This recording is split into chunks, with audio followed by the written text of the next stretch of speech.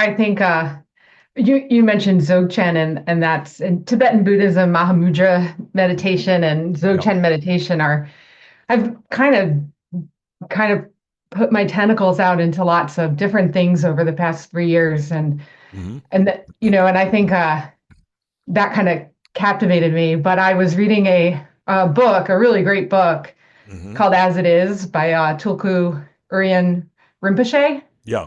who was a Dzogchen master and Hmm. is fairly well known in America because he was the spiritual teacher of relatively some Yeah. intellectuals and people Hmm. maybe have heard of him. But and it's just beautiful.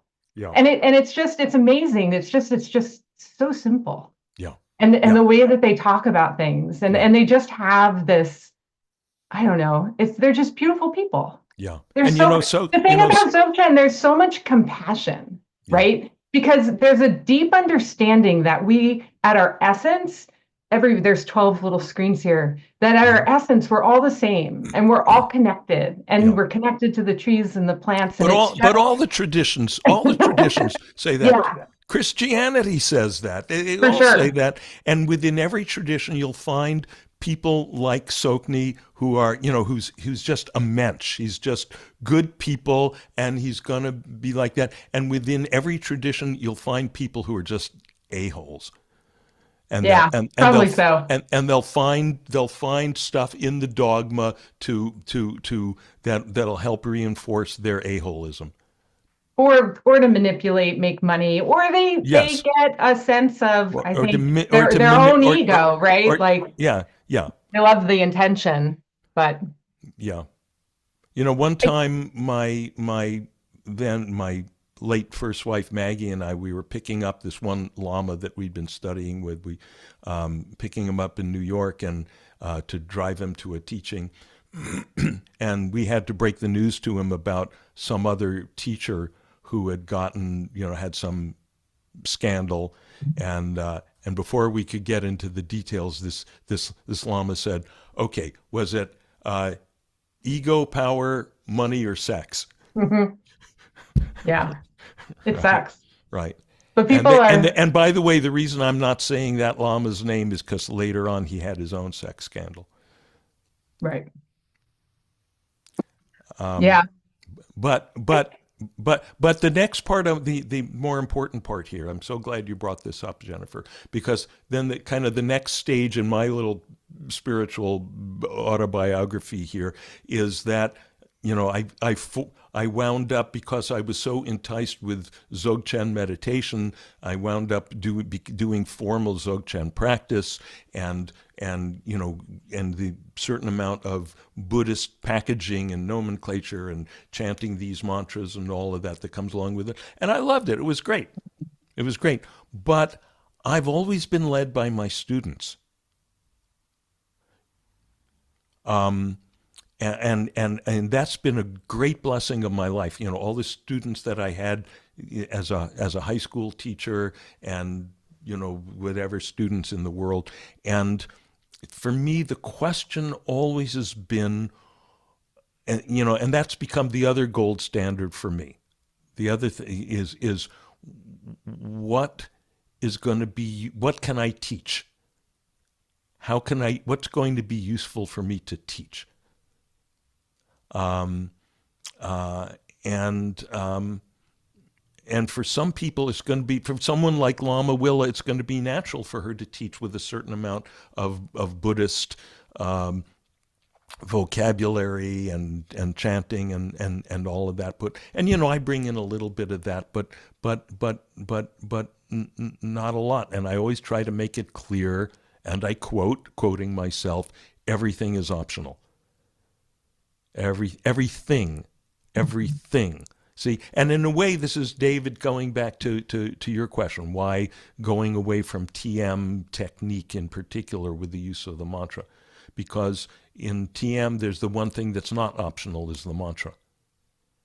I don't want to have any things around, because any things that become non-optional sooner or later become a problem. Then you get politics around it, and you get finance around it. Okay, you can't meditate without a mantra, and without our mantra is kind of the implication among a lot of the TM people. Without, and so you need our mantra, and so that means you got to pass through our turnstile. You got to pay this fee, and so forth. And so I just don't want to have anything there for stuff to stick to. And in a way there's a trade-off, because the stuff is, for me, I used to recite my bodhisattva vows, which those of you who've practiced in the Buddhist world, you'll be familiar with that. I used to recite my bodhisattva vows every day. Um, um, you know, as long as space remains, as long as sentient beings remain, may I too remain and remove the sufferings of the world. Right? That was my vow every morning. That's beautiful. That's so inspiring. But it's a thing. And so it's optional. Nothing wrong with it, but it's optional. And in my teaching, I don't want anything that's non-optional. Yeah, Carol. To the Empty Cloud Monastery in, well, it's now in West Orange. It used to be in Queens or something. So anyway, it's a Buddhist monastery, and I go there basically just monthly with another group of to meditate and for a session and Dharma talk and all that. And so the last one that it's just funny because it was like a week and a half ago. I kind of asked, it was sort of tongue in cheek, but not like, so are all the Buddhist monks enlightened? Mm-hmm. And this monk, he's great. I mean, I like him a lot from, other things, but he said he was just like, well, depends kind of on how you look upon it. He said, but there was like this great monk who was oh no, there was this monk who made took his vows, etc. And he said the guy was a real asshole. He Mm-hmm. said, but as time went on and as this monk grew, he Mm-hmm. became less of an asshole. Yeah. And that was just like what it was about. So you could respect him, whatever, Mm-hmm. I guess, yeah, respect him, even though he was an asshole. Yeah. Yeah. No, that's all of us. That's what we're doing here. We're becoming less of assholes, And that right? there was There's a no, sliding scale of, from asshole to bodhisattva, and we're all somewhere in between. We're all, as they say in the Christian church, God's not done with me yet. We're all works in progress here. And when you see someone in robes, and you tend to think, oh, they're really special, and they're exactly like us. They're just people who are working the program, whatever the program is. And maybe the fact that they're able to spend more hours a day working it, maybe their progress is a little faster, or maybe they're there wearing the robes because they're such a wreck they can't function in the outside world. I know for a no, fact there's some people like that. Um, no. so the fact that someone's wearing robes doesn't don't be in awe of them.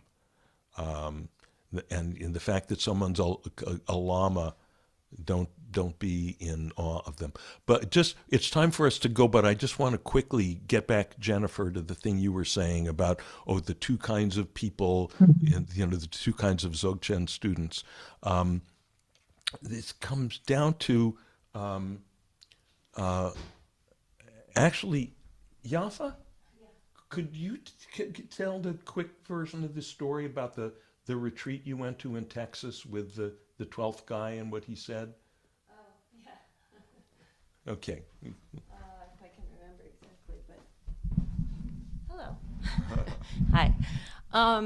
Yeah, I was with this very high Lama, this wonderful, wonderful Tibetan Lama, and he just said, This is on a retreat in yeah, Texas. yeah, um, and I'm trying to think what the words were, but basically he just said, if you're on this path, it means you're capable of it, and it's like you're drawn to this because you're ready for it, and you just, there's nothing else needed. And basically that, yes, the monks, that the Tibetan tradition particularly, because people who are part of that, there's chanting and there's, all kinds of practices to cleanse your being and all kinds of stuff. And he said, and that's all absolutely valuable and important if that speaks to you. But this is it. Like, just open, present awareness, you're there. You don't have to do anything else. So that's what he said.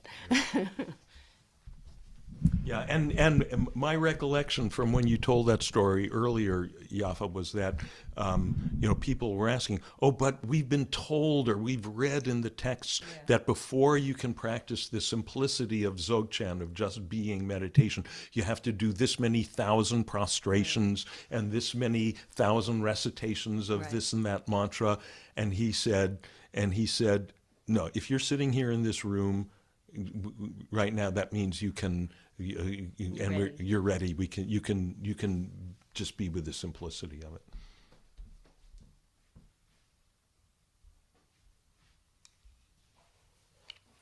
Okay. Actually, can I just? Yeah, please. I just remembered one more thing, which was that somebody also asked, well, if this is such a high teaching, and normally, the Tibetan monks in monasteries, like, they don't even get these teachings for years and years. And that was also part of, the person just said, here we are in the West, like, who are we to receive these? And again, that was the answer, like, you're in this room, that means you're ready. That even with all the monks who go through all those practices and are in these monasteries, we're able to bring these teachings to the West because you're ready for them. So we're all very blessed. Yeah. And, the bottom line is just going back to your own experience, right? And I think everyone here has experienced that, oh, yeah, just sitting with just being does it. It does the trick. And then anything else you want to do along with it, great, but optional. If you like, we were chanting earlier Ram, or I was chanting Ram, Ram, Ram. Great. If Ram, Ram, Ram speaks to you, you might want to chant some Ram, Ram, Ram. On Wednesday, I was in Yafa and I were in practice with the gospel choir we sing in. The mantra we were doing there was Hallelujah. What does hallelujah mean? Right? It's a mantra. It's a mantra, and you do enough hallelujahs, you might start to notice. Oh yeah, this is all it. This is all God. This is all the luminous emptiness, the ocean of luminous emptiness manifesting in all these waves of stuff, and it doesn't lose a shred of its luminosity. It's all divine. Hallelujah, hallelujah, Ram, Ram, Ram.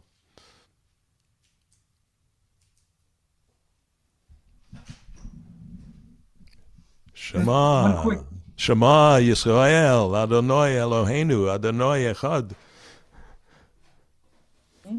Yeah, one quick, One quick phrase, just the natural great perfection, and that's Yes. what I hold on to. Yes. Yes, that's what Dzogchen means. Dzogchen is a contraction of Dzogpa Chempo, which means the natural great perfection, which means everything's fine the way it is.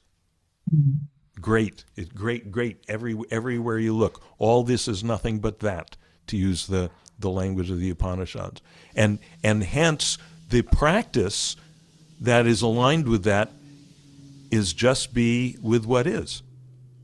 Don't try to improve it, because it's already perfect. By trying to improve whatever you're experiencing in this moment, you're distracting yourself from its natural perfection. So instead, we just sit, we be with it. As we settle, the natural perfection of it, this is the yumminess of just being as it is, more and more gets a chance to reveal itself, to dawn on us. It's not that it does anything, it's just that the more, and I mentioned in the meditation tonight, as we settle, did this talk to people that as we settle deeper into just being, the more and more subtle efforts that we may have been making to adjust things, to change things, we see those, and we can relax out of those. It's happening on a more and more fine level, subtle level.